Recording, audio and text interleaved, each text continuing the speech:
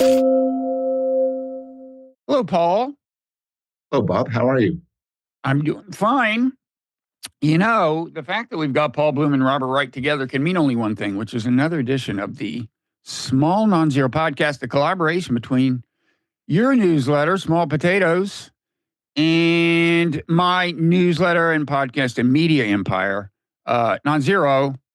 And Paul, stop me if you've heard this joke, which you may have. Did you hear that Hunter Biden is changing his name? I have not. You haven't heard that? Really? No, go on. In that case, it's not a joke. It's true. Have you heard that Hunter Biden is changing his name? No, I haven't. Sorry. He's no, I have changing not. He's changing it from Hunter to nothing. Do you know why he's changing it to nothing? I mean, No. nobody. I'm sorry, I screwed up the joke. He's changing it. He's changing it to nobody. You know why? Why is he changing it to nobody, Because, Bob? Paul, in America, nobody is above the law. Oh, very good. It's very trenchant. I didn't think it up. I'm kind of half proud to say. No, actually, it's not a bad joke. It's not a bad joke. What makes this valuable is a lesser podcast would just cut this and do it all again. That would be lesser. Yes, that would be less. This is value. This is greater. Value is added by the authenticity and genuine spontaneity of everything. You're getting the joke wrong. Me being a terrible straight man, it just makes it funny. That's the way we are, folks. This is reality. Although you are in some kind of exotic location that you may or may not want to talk about. I mean, I'm happy to talk about it. I'm in Mexico City with my wife. Our house is being gut renovated. Our house in Toronto is being gut renovated as we speak, leaving us. We have to go be somewhere. Living in Toronto is very expensive, so we decided let's go to Mexico City, and it is fantastic. I've never been here before. I've been to Mexico, but never been to Mexico City. Have you been? You know, there was a study done on the two best ways to alienate podcast listeners, and one is to brag about being in an exotic location, and the other is to say the reason that you're there is because we're, quote, gut renovating our house because we decided that the color in the kitchen was a little off, so we're just going to do the whole thing over. No, but it's the servants' quarters. We're kind of cluttered, so we're working on that. See, that's the kind of guy you are. A lot of people would gut renovate to make the servants' quarters smaller. No. You're putting in a sauna for your servants. Is that right? I'm a man of the people. I'm just, anyway, Mexico City is fantastic. I'm in the Roma Norte area, which is it's this lovely blend of the Mexican with fantastic Mexican food and everything, and kind of European. The streets look European. Beautiful parks, great museums. People are nice. Tacos are delicious. There's some excellent bao down the street. So, international. How long are you going to be in Mexico? Maybe we haven't alienated everyone. How long are you going to be there? I'm here for another week in Mexico City and then a week in Puerto Vallarta. It's not getting better, Paul. Stop. And then, but and then back to Toronto. Plus, you are commending in your newsletter, Small Potatoes. This is what we're going to talk about, I think. Yes. You are commending Joe Biden for pardoning his son. Have I got that right? Would you put it differently? I'm happy to defend Joe Biden. I was reading in the New York Times today, and they got several writers ganging up on Joe Biden in different ways on different political views, saying this is a terrible, immoral, evil decision. And I have mixed feelings about it. But I will defend it. I will say on balance, I think Biden did the right thing. You're going to attack it, I imagine. I wouldn't put it that way. I'm going to disagree with you. Yeah, fair enough. I think the context, of course, for the people attacking him most ferociously is partly that, his campaign was based on the idea that Trump doesn't have respect for the rule of law and other features of a liberal democracy. So, yeah, it's a little ironic, but that's not at the heart of my disagreement with you. Maybe you should tell us briefly why you're on Team Joe here. Yeah, I'm on Team Joe in a mixed way. So, as president, his role is to be impartial, to favor nobody. That's his administrative, his moral role. So, pardoning his son, plainly violates it. Even if there was good reason to pardon his son, that his son it's been disproportionately punished, which I think is true. He still shouldn't. He should be impartial. Uh, it's other presidents, including Trump, have not held to that standard. People have pardoned donors, big donors. Trump has pardoned Jared Kushner's, I think, father for Correct. for various acts which seem grossly immoral, and now he's going to be ambassador to France, I gather. So in some way, this has been done before. Just to put a pin in that, specifically, he hired a prostitute. Jared Kushner's father hired a prostitute to lure his brother-in-law, the husband of his sister, into an illicit tryst, which he could then, I guess, videotape or otherwise create evidence of and blackmail him with by sending it to his sister, who didn't know who was sending it to her, right? If I've got this right, let he who has not done that throw the first stone. Well, at least he's not ambassador to the Vatican. It's just France, right? No, it's France.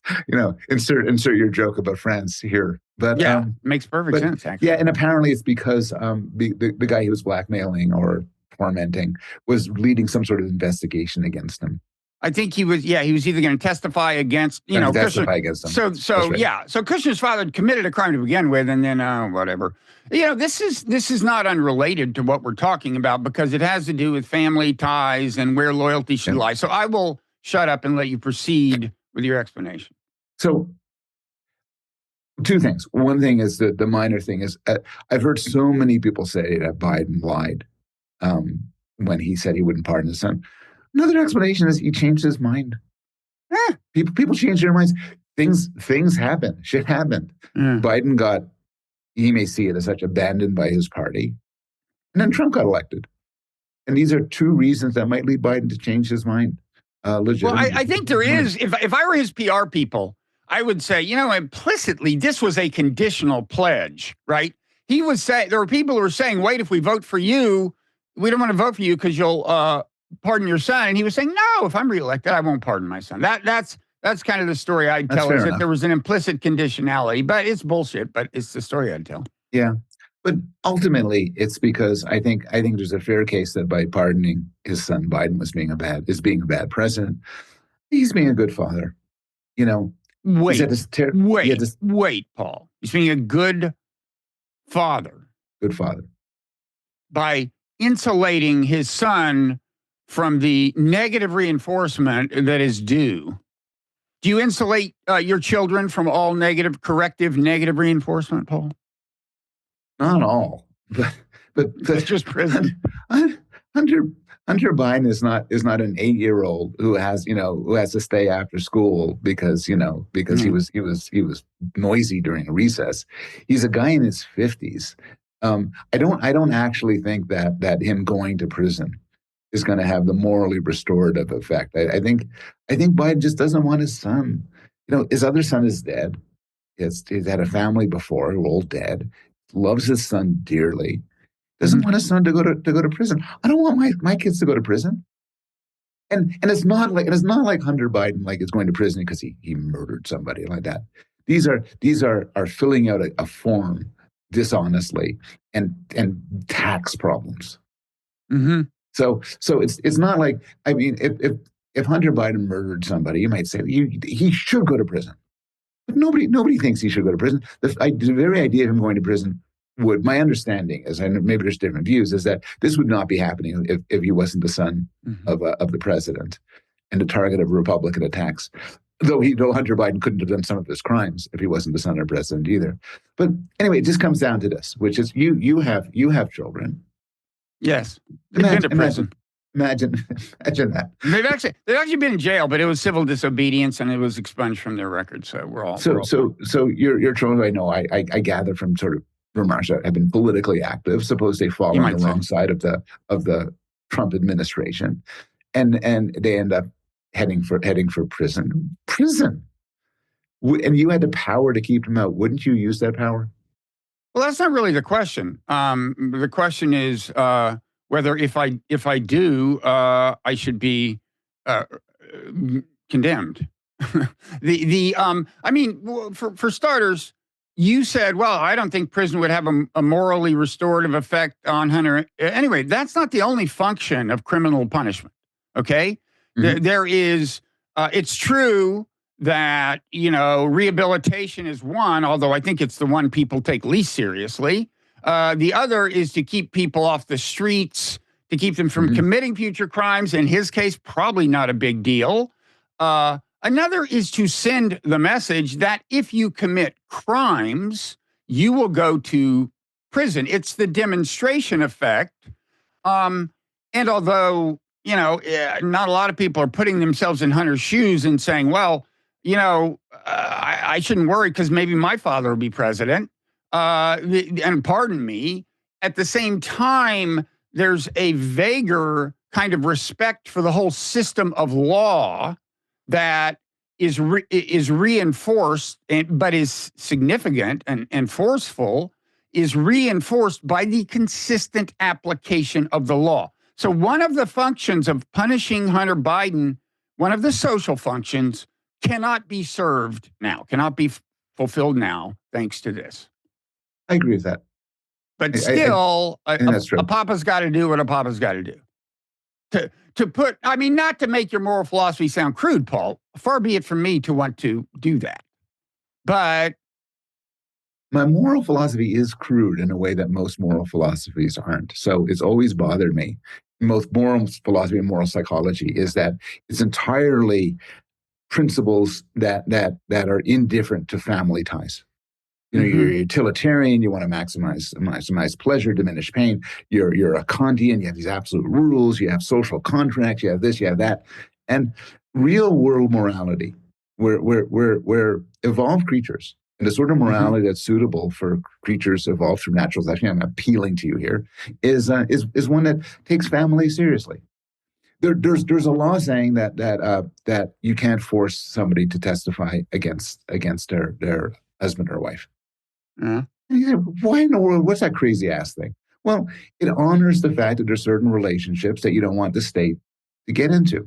The state takes very seriously the power parents have over their children. There's many ways in which this is acknowledged, and I'm just acknowledging it further.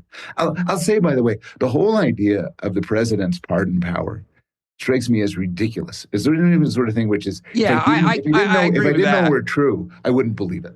Yeah. We'll make you Um, president, and we'll give you the magical power to absolve anybody of crimes. By the way, just additional perk. so you're saying that it's very natural for Biden to do what he did, in the sense that it's a product of the tendency, the temptation is a product of nature, and it's a powerful one. But surely you're not saying that if something's natural, it's commendable. I'm not, but Good, because I've got a counter to that one. But I would accept it. Yeah, but I do think that not only do we acknowledge that people have partial feelings for those they love and their kin, but we also moralize it and say that's right. Um, Somebody who didn't care for their child any more than they cared for a stranger, we'd view as kind of monstrous, as a bad parent and a bad person. Someone who didn't have any special feelings towards their friends, it's a bad friend and a bad person. So some of this is not only that, well, this is the way people evolve, this is the way, so we have to, allow for Biden being caught up by this impulse, but recognize an evil impulse. I don't think it's necessarily an evil impulse. But I would not condemn someone for having no friends, in effect. In other words, treating everyone the same and having no particular loyalty to anyone. I wouldn't condemn them. What's wrong with that? I mean, it's their business, and who are they hurting? If you knew somebody who, instead of spending time with their children, Yeah. They devoted all their energies to helping strangers, under the logic that they could do more good with strangers than with their children, and totally neglected their children, and said, my children will suffer, but Yeah. the help I give to strangers outweighs that. I would not morally condemn. I would not morally condemn them. And I would. if you could show me that they've done more moral good on balance, if they keep 1 million people alive, if somebody's so focused on their research that they neglect their kids, but they save 1 million lives, I'd say yeah, pat them on the back. I mean, and when we do, there are times when I say, oh, that person's a bad father, that person's a bad mother, but that's when, for me, That's when they are self-indulgent at the expense of their children. They're out smoking crack and their kids are playing with a stove and burning their hands. That is bad because, you're not helping anyone else. That's selfish behavior. You're probably not even helping yourself. But no, and look, to be honest, we know a lot of people who consider their vocational mission so important that, they don't spend as much time with their kids as they'd like to and so on. It's not uncommon. And of course, it's not uncommon to convince yourself that you have an important vocational mission when in fact, it's just raw ambition driving you. And we all can fall prey to that. But leaving all that aside, I mean, my larger take is I would get at by asking you, one thing you're saying is we should not blame Joe Biden for this, right? I think Joe Biden is in fact violating part of his duties as a good president. I accept that. I just think that there's another argument that he would be violating his duties as a good father if he didn't pardon his son. That's right. And that outweighs it. That's right. Or I don't know. I don't know where I would fall on this. I'm not even sure that these things are sort of fungible in a way that you could kind of balance it out and say the side wins. I just see the argument for what Biden's doing. The reason I ask about blame is most people naturally, and I think this is natural, is take a retributive view of both criminal punishment and normative punishment. So they say, in fact, our system of law recognizes, I listed some functions of incarceration, but another one recognized in law is that there is moral value in retribution. In other words, the suffering of the person is a good in and of itself. If they were off on a desert island and they weren't setting an example to the rest of society, nobody knew whether they were suffering, according to this view, which is the official view of our law, it would still be good to make them suffer because that's a moral good in and of itself. Now, I don't accept that, and that I'll explain how that's relevant. Do you accept it? No. I think I feel the pull of the retributive desire, but I do think that that's something which we should be rid of. Yeah, and I think we have a good idea of why the intuition evolved that it's good. And that's one reason I don't pay attention to it. But, once you drop that, it seems to me that with both, criminal punishment, normative punishment, well, for me, I mean, I'm more or less a utilitarian, and I guess if you're not, well, then I'd be interested in hearing then how you do think about it once you drop the idea that retribution is good. In other words, we're not talking about whether Biden deserves to suffer normative condemnation. Once that's not the question for you. I guess within your framework, maybe it doesn't matter. But for you, well, go ahead. Does it weigh on you a bit? The crimes that Hunter Biden is being charged with. Because if it was murder, if it was assault, if it was rape, if it was theft, in some way I would say, I would sort of capture a bit of the retributive intuition and say the victims are not getting their what they deserve. But he's lying on a gun form. So there's two things about it, which I'm sort of curious whether you think, wait. One is these are victimless crimes. They're cheating on one's taxes, lying on a form. And they were in this case because he didn't do cocaine and then go shoot somebody. But the idea here is that the reason we punish people for lying on these forms is that some will, and that is why you need to enforce the rule broadly. Yes, I'm not saying that the laws are unjust. And tax laws are there for a reason because you got to have people pay their taxes and you want people to fill out their gun forms properly. But two things about this. One is, this is a case, there's no case where somebody cries out for justice.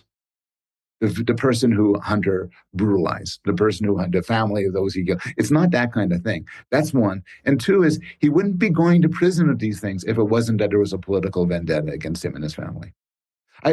This one. Actually, how did the prosecution take shape? Is that true? So I'm writing a lot on Sarah Inger as this very good podcast advisory opinions, and she's Republican, and she sometimes says she's witnessed many that there are so many crimes being done involving guns. Mhm. That people go after somebody who has 1,000 guns stored in their basement and is going to, attack the village or something. Somebody who lies on their form. It's just not. If it was Well, you, that's a different question from whether the prosecution is politically motivated, I think. I mean, it's not a huge thing. But I mean, look, just as an asterisk, Trump supporters could not implausibly conjecture that some of the various criminal prosecutions that were directed toward Trump had some degree of political motivation. That is not. They're not wrong. They're not wrong. That is not dispositive. But let The me phrase finish. these days is lawfare, I guess, where you sick the law against your political foes. They're not wrong. Right. And it's one example of the rule of law eroding. And that's one reason that another example of that, which is what Biden just did, or another thing that contributes to the perception of the erosion of the rule of law, is really, really not welcome right now. But let me finish. The reason I ask about retribution is, so if punishment is never like inherently good because of the suffering it inflicts, like what is it for? Well, it is to discourage behaviors that are bad at some social level, right?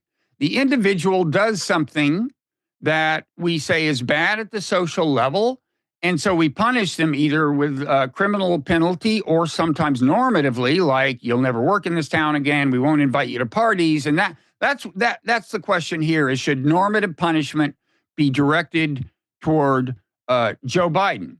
And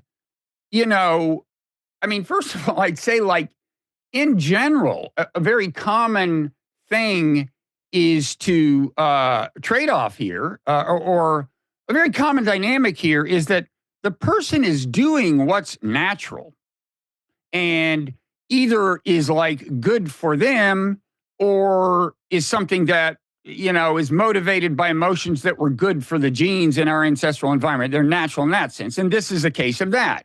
Wanting to help your son is natural in the sense that it helped genes get into the next generation. So first of all, I mean, if moral, like, blame and credit are there to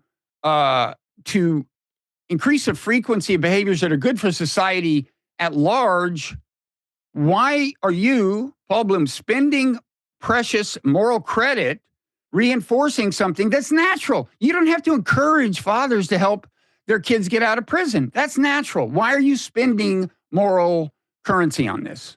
Yeah, fair enough. I shouldn't be giving him moral credit, but rather more absolving him a little bit of moral blame.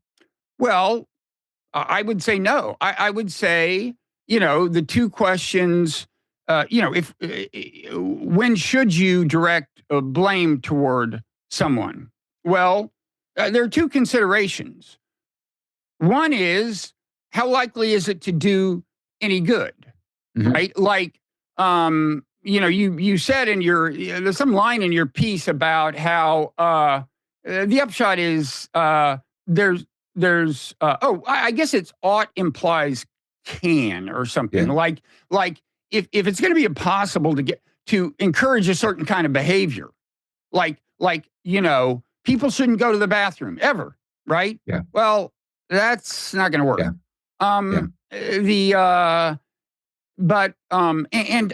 I grant you that it is hard. I mean, look, sure, most fathers would have done this. There's no doubt about that. And I'll also say if I compare this to other things like Bill Clinton pardoning a wealthy donor, mm-hmm. I've got more respect for this. I mean, Clinton's simply motivated by greed. Well, what I would say about it is this is probably a harder thing to discourage. It's so deeply natural. And I can see that. But first of all, again, my idea isn't that what's natural should be commended. I don't commend RFK for having sex with 1,000 women who weren't his wife at the time when he was married. It was natural. There were only 37 of them. I doubt that. Have you looked at his diary? Only 37. You doubt that. Have you read excerpts from that guy's diary? No, I have not. It's like when a day goes by that he doesn't have sex with some woman other than his wife, he writes victory because he's got this Catholic guilt thing going on. He's trying. That's quite touching. What? That's quite touching. It is touching. That part I commend. But so I was going to say, there's two considerations. Like, how hard is it to discourage the behavior? It's it's this specific thing very hard. But the other question is, how important is it to send the signal that it's bad, right? Yeah. And I would say very, very important. You're talking about the whole edifice of the rule of law, and I think these kinds of things erode to some extent respect for the rule of law. And we're at a moment in American history where, like, we don't need any more of this. And the Democrats don't, if they're really serious about condemning the various shenanigans Trump is likely to commit, and you can already see the harbingers of it in his appointments. They should really be pissed that Biden has made it harder for them to make their case. So anyway, I would say, the reason you direct a more normative punishment toward him is because he's president. Everyone's watching. This message is going out everywhere. So it's of huge consequence. And a related thing I'd say is, isn't it asking a lot of a father to restrain the pardoning impulse here? Sure, but I think we should expect extraordinary things of our public servants. Being president should be a privilege. I mean, Pete Hegseth, the Secretary of Defense nominee. Look, if you said to me, look, just an average guy, like I see in the street, oh, did you know that he gets blackout drunk? Well, whatever. Did you know that he had sex with this, there's a sexual assault claim, and he said, she said, and you can go down the list. Now, maybe when you got to this thing that Hegseth apparently did, which is get drunk and yell, kill all Muslims, I'd be like, man, I really don't want this guy at my cocktail party. Yeah. But, yeah.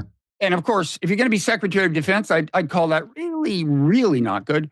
But the point is, if you're going to be Secretary of Defense, yes, having gotten blackout drunk, all this shit is that we expect exemplary conduct of our public service. We may not often get it, but we should be entitled to expect that if we're going to grant great power to people, they're held to a high standard, in part because they have such normative influence, right? Like, they're role models. I mean, Trump has done so much damage to just like the fabric of America by normalizing, and you see it online. It's like, the fact that he's this asshole bully it has helped normalize this kind of behavior on social media. And now Elon Musk, as if we didn't, as if one high-profile bad role model weren't enough.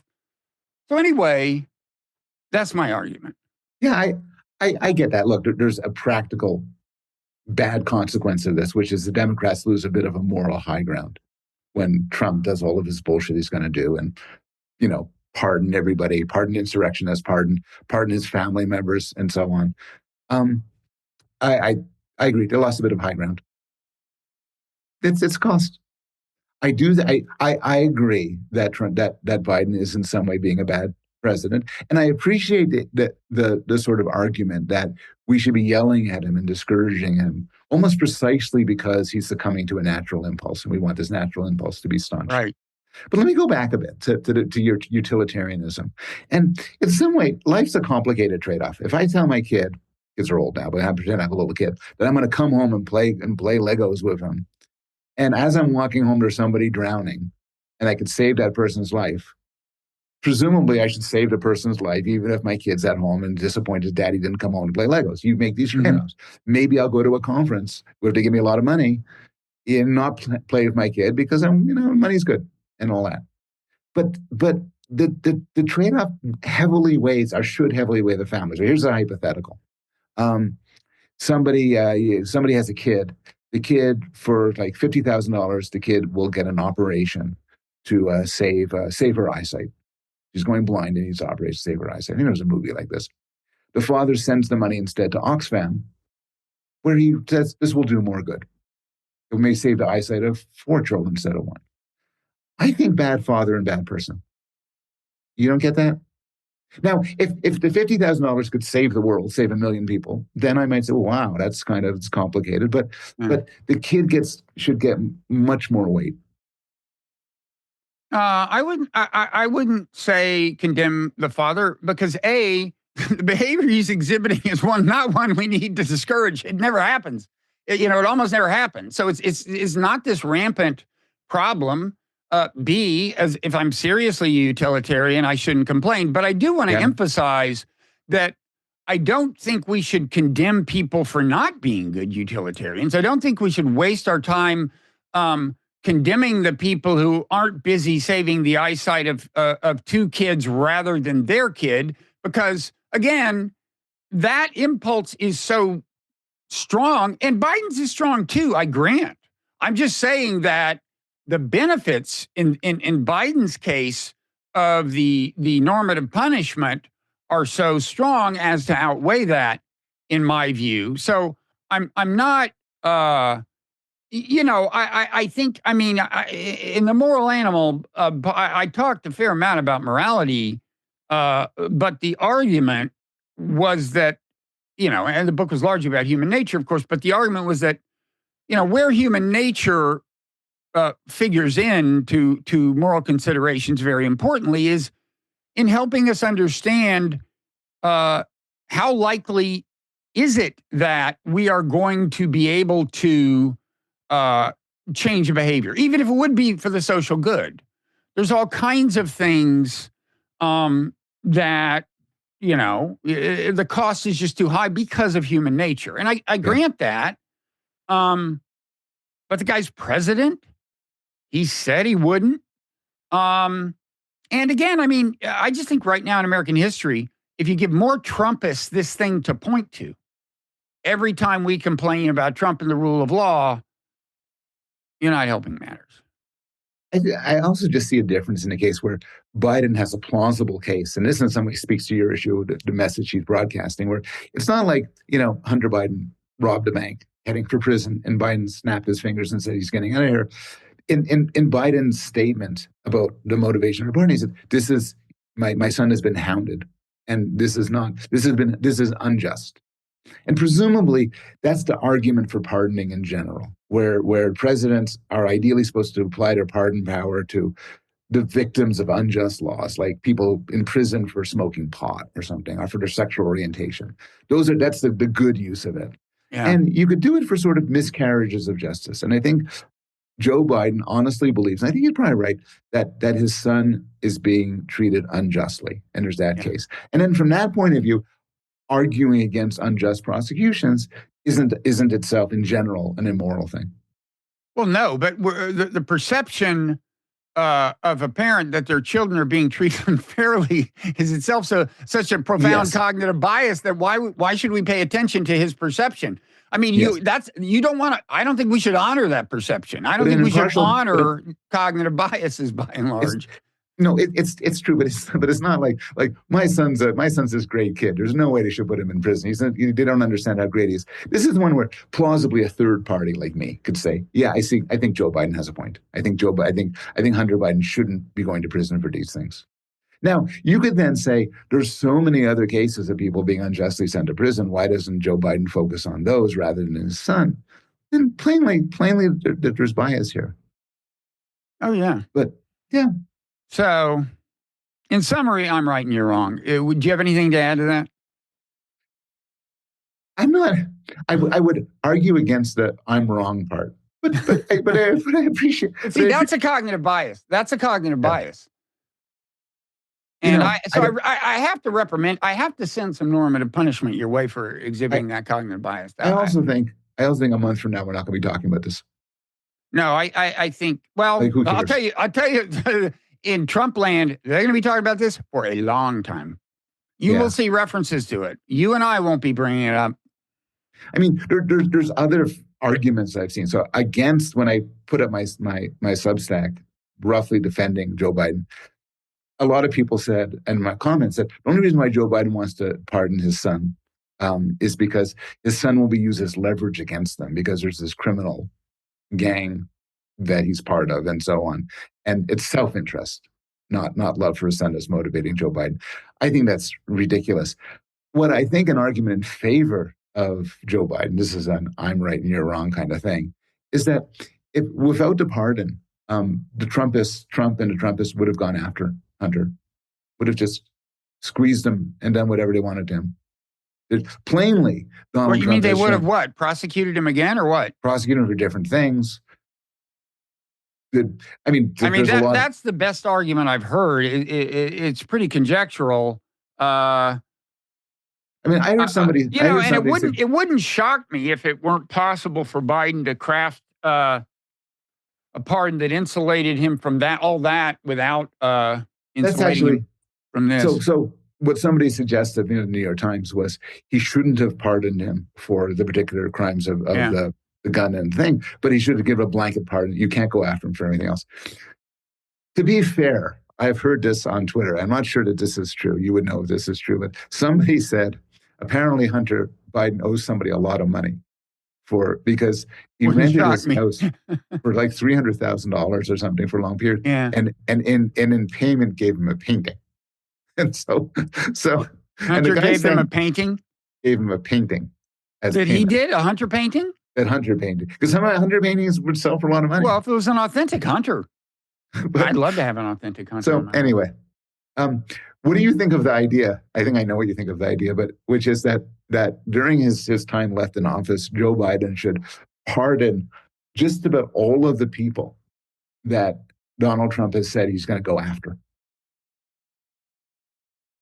I forget. He should pardon all journalists. He should. I mean, well, you know what? What's interesting? Here's a candidate. Look, Vindman, you know this guy Vindman, this Ukrainian American who's he's I think a lieutenant colonel or colonel in the military, and he was, influential in encouraging, he played a big role in one of the Trump impeachments. I think he testified. He was in Curb Your Enthusiasm. Was he in Curb Your Enthusiasm? And playing himself as a really? Episode. Yeah. He gets around. Yeah. Anyway, I'm not a big fan of his, but he said something that led Elon Musk to say recently on social media, he should be behind bars. And look, Musk is about to be in a position where he could maybe make that happen. So Trump should pardon Vindman, even though, again, I'm not a huge Vindman fan. Yeah, Biden should, I mean, Biden, yes. So speaking of Musk, just quickly. Speaking of Musk. Other news updates. So Musk filed a lawsuit this week trying to stop OpenAI from becoming a private company. It started off as a nonprofit. Musk donated most of the original money. And then they became kind of a quasi-nonprofit by creating a subsidiary, which is what we think of now as OpenAI, but it's still ultimately governed by the board of the nonprofit.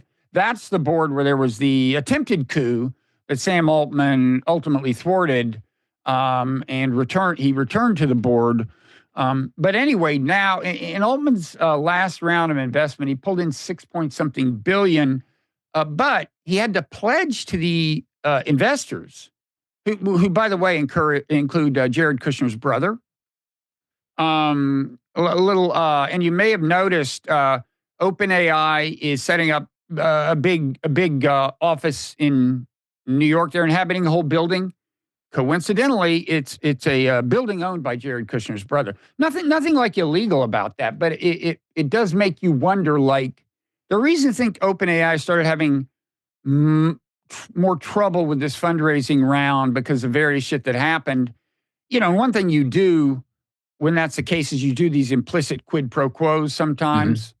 But anyway, this is interesting because of the politics I will get to shortly about the fact that, of course, Musk hates Altman and may use his leverage in the Trump administration to hurt OpenAI. But anyway, this particular issue is that Altman promised to the investors that if the company doesn't become a truly, not privately, publicly owned, not a fully for-profit company. In other words, just do a divorce with the nonprofit. If they haven't done that in 2 years, these investors get some kind of they get their money back or something. I don't know what the deal is, but Altman has created a very strong incentive to pull this off. And it's actually very complicated because any assets, you cannot take assets from a non-profit. Right now, all of the OpenAI assets, as I understand it, are probably non-profit. You cannot take them without compensating OpenAI. I run a nonprofit. And I am going to have to, the book I'm writing on AI, little bits of it will have appeared in the newsletter. I'm going to have to pay my nonprofit part of my book proceeds, because once you've put it in the newsletter, it is the property of the Non-Zero Foundation. Oh, yeah, great, huh? Anyway, here I am in Mexico, but I haven't worried about your problems right. I could, if you want negotiating to with your send, nonprofit. if you feel those heartstrings tug, you can send some money to me. So anyway, there is now the specter of Musk. Leave aside the merits of the lawsuit, and it may have some, because in theory, OpenAI should give a shitload of money or equity to this nonprofit. Although, since Altman is on the board of the nonprofit and appointed many of the members, they may not be as demanding as actually they would be if they were doing their duty. So put aside the legal minutia, which you know about, and all the technicalities, and all the financial technologies. Isn't Musk morally right? I mean, it seems to me that if I give an enormous amount of money to your nonprofit, and then years go by, and all of a sudden you want to transform into something which will get you a tremendous amount of money, and I get nothing back, I feel kind of conned. Well, no, he has no claim of personal harm, because once you donate money to a nonprofit, you got the tax deduction, and that's it. Unless you, I mean, I guess he could claim. I guess he could claim they got, if he claims that Sam Altman knew at the time there were false pretenses, and who knows, I suppose he could make that kind of argument. But in a weird way, a more clearly damaged party is the U.S. government and their taxpayers, because it was an implicit subsidy to OpenAI. The tax deduction, and now they're converting, the assets generated partly with the help of an implicit subsidy into this massively valuable corporation. It seems clever in not a very good way, which is you set up a nonprofit to do something. People give you money. The U.S. government gives you a tax credit. And then once you get it off the ground, you start transforming into profit, start bringing in the money. Yeah, there was a good podcast discussion on the 80,000 Hours podcast, about how complicated this is and how much stuff the nonprofit is owed. Although, again, the nonprofit board is like Sam Altman and his friends, basically. So keep an eye on it. Anyway, just quickly, two things. Will Musk use his power within the administration so long as it persists to damage OpenAI? If he does, it'll probably damage Google and Anthropic, because in general, regulations, those are the three big companies that have big proprietary large language models. Musk has an open source model. So he's going to be pulling for open source anyway, which many people think is dangerous and shouldn't be allowed at the level of very powerful models. And then that aside, the fact that he'd be using his leverage for open source to begin with to keep that legal, which Meta is also doing. He has the personal vendetta, or whatever you want to call it. So stay tuned. Yeah, nobody here is principled, and Musk and Trump and that whole administration will do whatever they can to further their own interests, their political interests, their financial interests. So, if Musk could, he will. Yeah. Although, Paul, if you see, since Musk was the main donor, if you see OpenAI as his offspring, wouldn't you condemn him for not being a good father? Or maybe it works the other way around. I'm trying to get into Paul morality here. How am I doing? My morality is the natural morality of, it is. of the working folk. Trump is a natural man. There's a lot of natural things going on. Okay. So we should segue smoothly to our next. We should go into overtime probably. Yes. which we're going to talk about a lot in overtime, right? Oh, We're man, going we to have talk so about much. Well, we should. Silo. Silo, we've been watching Silo. Oh, there's news on the lab leak front. I mean, that won't take, well, Republican subcommittee report. I mean, Republican controlled subcommittee report saying the lab leak happened basically. And I actually just taped a podcast with a guy who supports the lab leak hypothesis, Yuri Dagan, and that'll air pretty soon. I'll talk a So to little kind about of that. cut to the chase, what probability would you give that lab leak is right? That's an overtime. They're not going to get that for free, Paul. Not going to get the numbers. I'm within the range that you could call agnostic, but yeah, I'm usually on one side of 50% of the other, and I'll give you my update, as they say in Bayesian land. Blue Sky Twitter. What's the latest? Is Blue Sky really going to be happening? We'll tell people what they should do over there. Yeah. You wanted to talk another family-related thing. You did a piece, now been a little while since you did it in your newsletter, about do parents have really much influence over their kids? For that matter, do like spouses, do people around you have much influence on your developing character? That could go on for a while. We may have a whole episode on that, you and I. On a slow news day. But we can touch on it. And then the final bit of paywall bait. Do you have more paywall bait? No, I think that's it. I mean, we don't call it paywall bait. A few things on the TV series, Data Jackal. Data Jackal. So, yeah, anyway. So, Overtime is available to people who are paid subscribers either to the Small Potatoes newsletter or the Non-Zero newsletter. And we're going to set up this this discount thing soon. I mean, we can do it this time. If you think you have the wherewithal to put a link in your in the paid behind the paywall you don't have a post corresponding to this podcast, or do you? No, I don't. You'd have to do that. It's not hard. And then some people would actually do the podcast through your edifice, through your infrastructure. Anyway, look, final bit of paywall bait.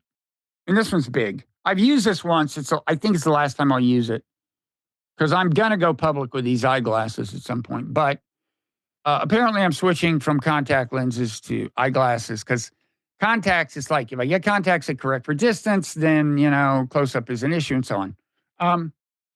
Whereas with progressive lenses, with glasses, it's whatever. Anyway, I got these glasses that are just mind-blowing. These are frames I've owned for, I think, 4 decades, and I had new lenses put in them. And you would like to see them right now, Paul? Yeah. Well, you can't, because we're not in overtime. You don't see these for free, although you will, within a week or so, I think. But is there any follow-up on that sort of sexual/aggressive interaction you had when you went to the eyeglasses place? I have some thoughts. That was a story told in overtime. I mean, if people want to hear about my sexually suggestive encounters at opticians, and who doesn't, overtime is the only place that happens, right? Man, I can't wait. Also, I want to get your reaction, because you've already put thumbs down on my book jacket. Thanks, Paul. Sorry. Actually, I haven't seen the final version, but you don't like the idea. Fine. So you'll get to opine on the glasses. And I'll tell you what, if you just warn me off of them with all of your energy, say, Bob, don't. Maybe it'll never be seen again. Who knows?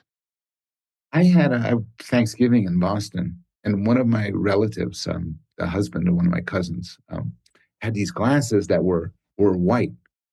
They were very hipster. They were like they just a shocking big jump of color, and I liked them a lot. Are yours similarly hipster-like? I was going to say, if you didn't like them, you may have just insulted my glasses, but we don't know, do we? That's the mystery of overtime. Okay. So we encourage people to become members at Non-Zero. It's a worthy cause. Only yesterday was Giving Tuesday. Small potatoes. Or small members. Potatoes. Well, you encourage that. We both encourage Non-Zero. As I understand it, we both encourage the Non-Zero thing, and then you encourage the small potatoes thing? I think the Non-Zero thing is for people who love humanity and want to maximize overall happiness, and small potatoes is for people who love those who are for people who want everyone to let their criminal sons out of prison. That's right. Okay, so make your Hunter choice, Biden folks. Or not Hunter Biden, really. That's all the guidance I'll give you. It's up to you. Whatever you decide Okay. is fine. All right. So